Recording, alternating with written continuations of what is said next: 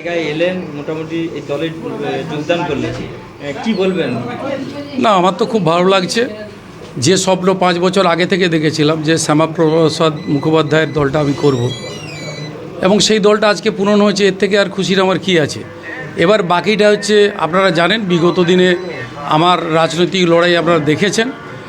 কাল থেকে আমাদের এখানকার প্রার্থী হরেকৃষ্ণবাবুর পক্ষে গ্রাম বাংলা থেকে শুরু করে পাড়া গঞ্জ সব জায়গায় ঘুরে বেড়াবো, মানুষের কাছে যাব।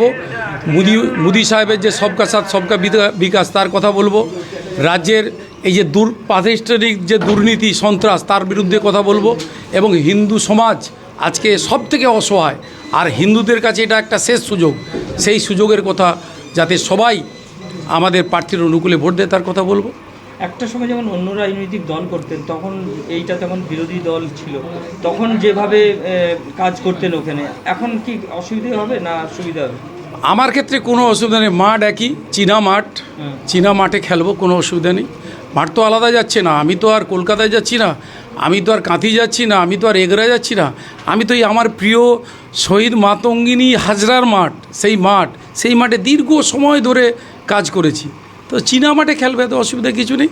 কোনক্ষণে গোলপোস্ট আর কোনক্ষণে হচ্ছে কর্নার আমি তো ভালো করে জানি। কর্মীদের কি মনোবল বাড়াতে? একবারে আজ থেকে দেখবেন, আজ দেখছেন কি সবাই এক, আমরা এখানে কেউ আর বাইরে নেই। কাল থেকে দেখবেন ধুলা উড়বে, শুধু বিজেপি ধুলা উড়বে 100+।